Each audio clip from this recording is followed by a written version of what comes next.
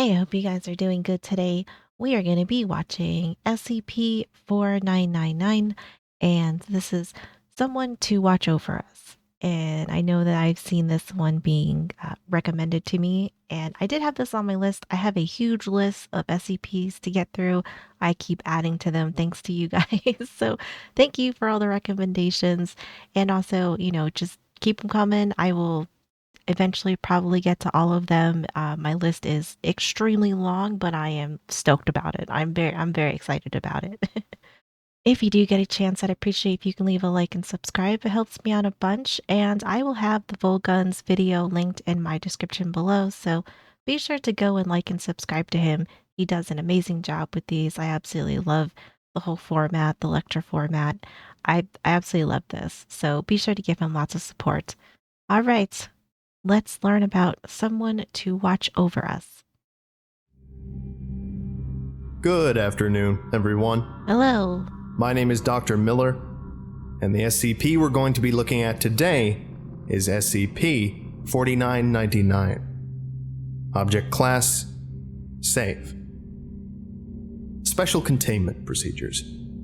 Well, yeah, this looks like it did get updated at some point because it does change it to a Keter class. Due to SCP-4999's unwillingness or inability to appear before more than one person at a time, in addition to the subsequent and immediate death of any who witness it firsthand, SCP-4999 is effectively self-containing.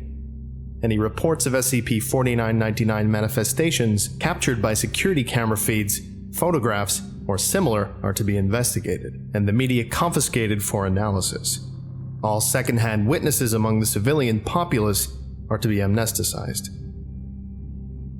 Description: SCP-4999 is a humanoid entity of unknown composition, visually resembling a middle-aged male.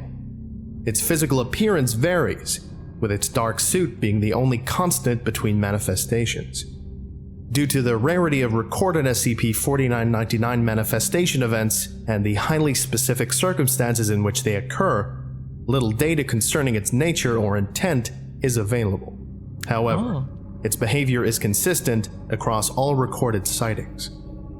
So if you guys know why he went from why this got changed from safe to Keter, I don't know if it's going to be in this video or not, but if it's not, let me know. I am intrigued by this, that it's because when I look at the title looks like it got updated to a Keter class, but in the original video it looks like it's classified as safe. So I'm curious to know why that is, unless maybe he states it somewhere in here. SCP-4999 will manifest only in the presence of one solitary human person at a time. All subjects recorded to date have been in terminally poor health, critically injured, or on their deathbeds, with SCP-4999 appearing nearby and within sight of the individual not more than 20 minutes before their expiration. SCP-4999 will only appear if the subject is conscious and alone. It will not appear if the subject is comatose, asleep, or unconscious, nor will it appear if they are being cared for by or in the company of or otherwise being directly observed by another person. So this is like a person who is truly alone that he'll show up for. Is he like a reaper of some sort, or or well, maybe not. I don't know. I don't know if I don't know if I totally get a vibe of he can end you, but it seems like if he only shows up when nobody's around, then that absolutely nobody. So then I would take it as maybe you have you have no one, so that makes him show up. Upon manifestation, the entity will seat itself directly adjacent to the subject's bed, if such furniture is available. If not, it will remain standing or sit on the floor or ground in whatever configuration will allow it direct physical access to the subject without causing disturbance. Once situated, it will remove a pack of cigarettes from its left inside jacket pocket and offer one to the subject. If the subject accepts, SCP-4999 will place it between their lips, remove one for itself and light both. If the subject declines, SCP-4999 will light and smoke the cigarette instead. The entity will make physical contact with the subject, typically via holding their hand, placing its hand atop theirs, or resting its hand on their shoulder. Well, this doesn't seem like it's bad. This almost sounds like, like if you're gonna die alone, then he shows up. That's what it kind of sounds like. He sounds like a gentleman, honestly. SCP-4999 will then remain with the subject, silent and unmoving, until they have passed away. Oh yeah, okay, there. Yeah. SCP-4999 has not been seen to engage in any other activity or behavior, and demanifests immediately upon the subject's death. The subject's cigarette, however, will remain, providing the only physical evidence of SCP-4999's presence. So he stays with people that are gonna pass away but don't have anybody, so then they don't have to be alone. I mean, that's kind of like what the vibe that I'm getting from him, and he doesn't necessarily sound like he's bad. I mean, I guess maybe he possesses something that could be like really dangerous, but I don't know. I mean, like honestly, if I was, in a position where I was maybe gonna like die and not have anybody with me, he'd probably be really comforting to have show up. No subject thus far has been seen to recoil from or otherwise resist the entity, nor have any attempted to engage it in conversation, despite multiple instances of subjects acknowledging the entity's presence via eye contact, adjusting posture to reciprocate or facilitate the entity's touch, breaking into tears when noticing its presence, or verbally thanking the entity when offered a cigarette. Aww. Individuals affected by SCP-4999. Can you imagine that if you were somebody who maybe like was a very, let's just say like I guess like secluded person, didn't really have family, didn't have anybody, and now you're old and you're on your deathbed and like maybe you wished you met someone, or maybe you had, or maybe you just like outlived most of your family and then probably lived a huge portion of your life alone, and then he shows up. I could see like maybe breaking into tears or being happy or being thankful that somebody's going to be there and you're not alone. I actually kind of like this one. This one's kind of cool. It kind of hits like a very very interesting perspective of, like maybe there is something for people that are kind of in this kind of position where they don't have anybody, they don't have anyone that's going to be there. Maybe they are really sick or they're dying, or they're, like they're dying because they're old or whatever, and they don't have anyone, and this SCP will show up. I don't it's kind of endearing. When offered a cigarette. Individuals affected by SCP-4999 share a number of common attributes. Research into identified subjects has indicated that SCP-4999 is more likely to appear if an individual lives alone, is non-religious, is impoverished or homeless, displays a history of mental illness, is a military veteran, has no criminal record, or has never been convicted of a violent crime. So this whole list kind of looks like it's people that are not bad people, but under whatever circumstance end up alone, or maybe don't have a whole lot of people maybe around for them. So then he shows up. I mean, that's I don't I definitely don't hate this one. This one is actually like very very endearing to me. Definitely don't hate him. I think this is actually like kind of like a comforting one to listen to, honestly.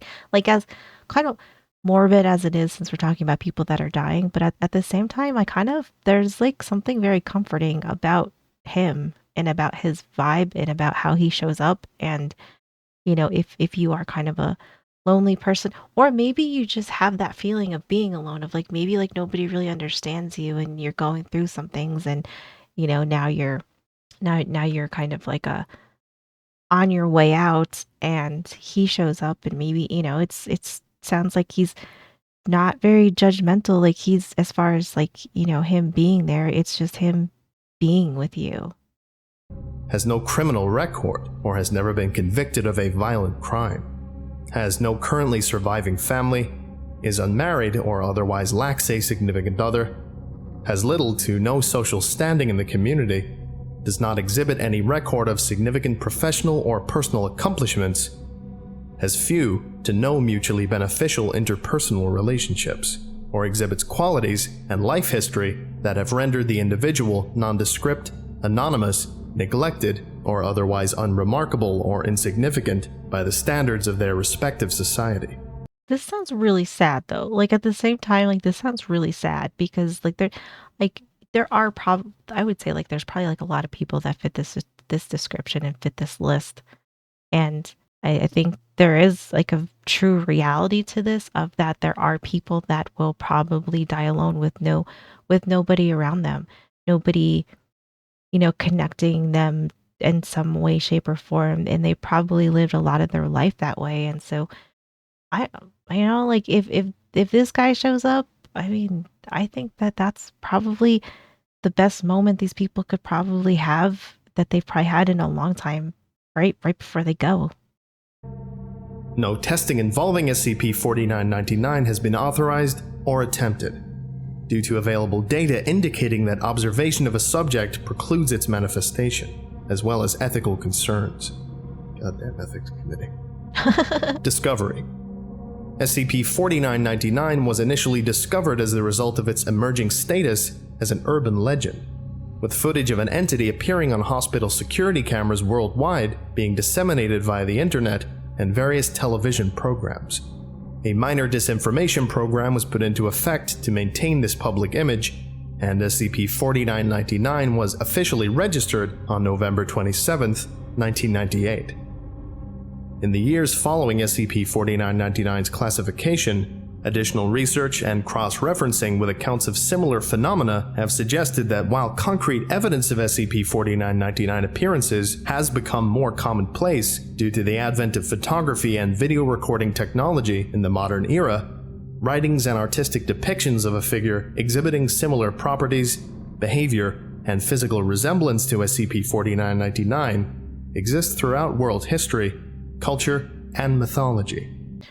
Okay, so I looked up a quick little search to see what kind of mythological and folklore parallels 4999 has.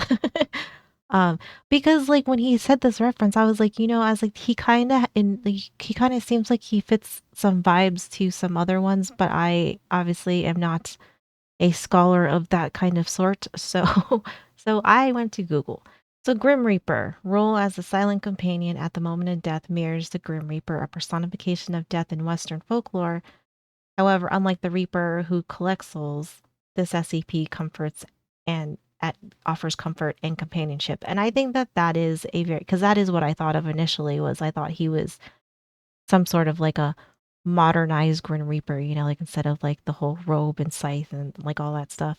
But then after we kind of learned a little bit more, we obviously see that he's not the one that's collecting the souls.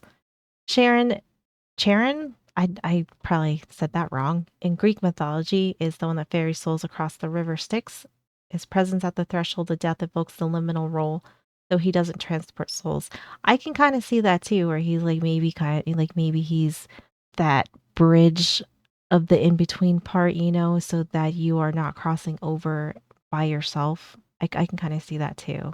Thanatos, probably said that wrong too. The Greek god of peaceful death is often depicted as gentle and nonviolent. Those are traits that align with this SCP. So that is also a nice take from, his to make his creation. I do kind of like that as well. And then there is a Egyptian one that I cannot pronounce. Either way, this one says it fits the broader category. Beings who guide or accompany souls to the afterlife. This includes figures from many cultures, such as Anubis, Valkyries, and Azrael. I will put the archetype up on the I'll type it out because I cannot pronounce this. I'm reading's hard.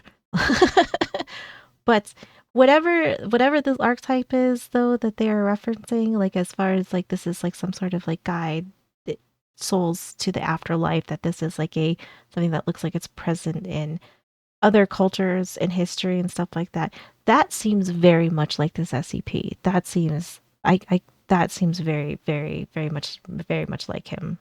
The symbolism and emotional resonance. This SCP is deeply symbolic. He represents compassion in isolation, dignity in death, and human connection in forgotten moments. His cigarette ritual and silent companionship evoke themes of mourning ritual and emotional closure. I think that that actually sums him up perfectly. That is very much the vibe that I get from him. I feel like I have kind of seen all of that, and that he does seem like something that is good and something that, that we can all kind of, I guess, rest assured that we don't have to die alone. Unless you're, a bad person, then you probably deserve it. But but aside from that though, I mean it sounds like he is something that can bring peace to you as you kind of leave this world. with some accounts being thousands of years old, in some cases predating human civilization. It is not currently understood how pre-modern cultures would have been capable of detecting SCP-4999's presence. Investigation is ongoing. I kind of like how he's been around this long though. I kind of love that. And like, he probably maybe he started as something else and then has evolved into this where, like this like the way that he looks now is probably more comforting, but he's been around forever. It sounds like he has been present for a long time. There isn't a lot of SCPs that restore your faith in this universe, but man, True. this is one of them. But that about does it for today. Thank you for listening, if indeed you still are, and you're all dismissed. Goodbye. I actually really, really enjoyed this one. This one was very interesting, and I kind of want to believe in this one. Like, I actually like want to believe this one is real because I think that this is like a part of humanity that we could all have. Even if you are not going to die alone. Well, I mean, I guess technically, like we all kind of die alone, but if you are going to die and not have anybody around you, and you kind of had a more isolated life and like maybe you just just didn't have those human connections that let you have some people by your side. I love this. I actually love the whole premise of this one. Okay, so I did look up why maybe he has been uh changed to a Keter class. Cannot be tracked, predicted, or prevented from manifesting. It appears spontaneously across the globe, defying all containment efforts. This alone can justify Keter classification, which often implies to entities that they are uncontainable regardless of hostility. That is also true. That's fair. I guess I always forget about that too, because I guess when I hear Keter, like I always think it's like something that just wants to like off you and eat you or something. But that's not really the case. Like, because I know like the box theory of like, like if you put it in the box, does it stay in the box or does it try to get out? Does it destroy the box? Is it the box? Like I always have to like keep that in the back of my head. As more data emerged, the Foundation began to suspect that the SCP might not be a simple benevolent entity. Its presence at death could imply deeper metaphysical or anomalous mechanisms, possibly influencing death itself or interacting with souls. Which obviously, like, we probably wouldn't know, right? Because, like, unless maybe he told you, but I'm guessing you can't really talk to him. So, uh, that's probably some speculation, which is probably fair speculation to have. If SCP were ever weaponized, mimicked, or misunderstood by the anomalous entities or groups, it could cause widespread panic or manipulation of death related phenomena. Also true, because I guess technically we don't really know exactly what he can do. Just because he sits with people when they die that are lonely doesn't mean that he doesn't possess something more, right? Fair enough. Foundation often reclassifies anomalies when their implications challenge human understanding or ethical boundaries. SCP's silent vigil over the forgotten and unloved dead raises existential questions that the Foundation may deem too volatile to remain under a safe label. Okay, so like that's I think that that's fair too. So I can kind of see maybe like the lines get a little bit blurred between Safe and Keter because, if he doesn't want to be, or like maybe he can't help where he manifests either because like what if that just like draws him to those people, right? And then it doesn't matter what kind of containment he's going to be in, like you can't contain him, right? And like what if he just shows up but it's not really always like by his choice? Like it's like this instance happens and he just gets teleported over there because that's where he has to be. No, no, no. I love this one. I absolutely love this one. This one's great. I am going to watch. I feel like as far as like some of the other SCPs goes, as we get, I think I want to get like a little bit darker as we get closer to Halloween. So the Halloween episode that will be coming out will be the aristocrats. So I guess hold on to your pants for that one. Apparently. Thank you so much for hanging out with me. I really appreciate you guys being here. Be sure to go and like and subscribe to the Volgun. He does an amazing job with these. I absolutely love all of these SCPs. I love learning about them. I love the way he does his lectures, the voice acting, everything, the whole like vibe, ambiance that he gives off. It's great. So be sure to go and give him lots of support. But that's going to do it for me. I hope you guys had a great day, and I will see you in the next one.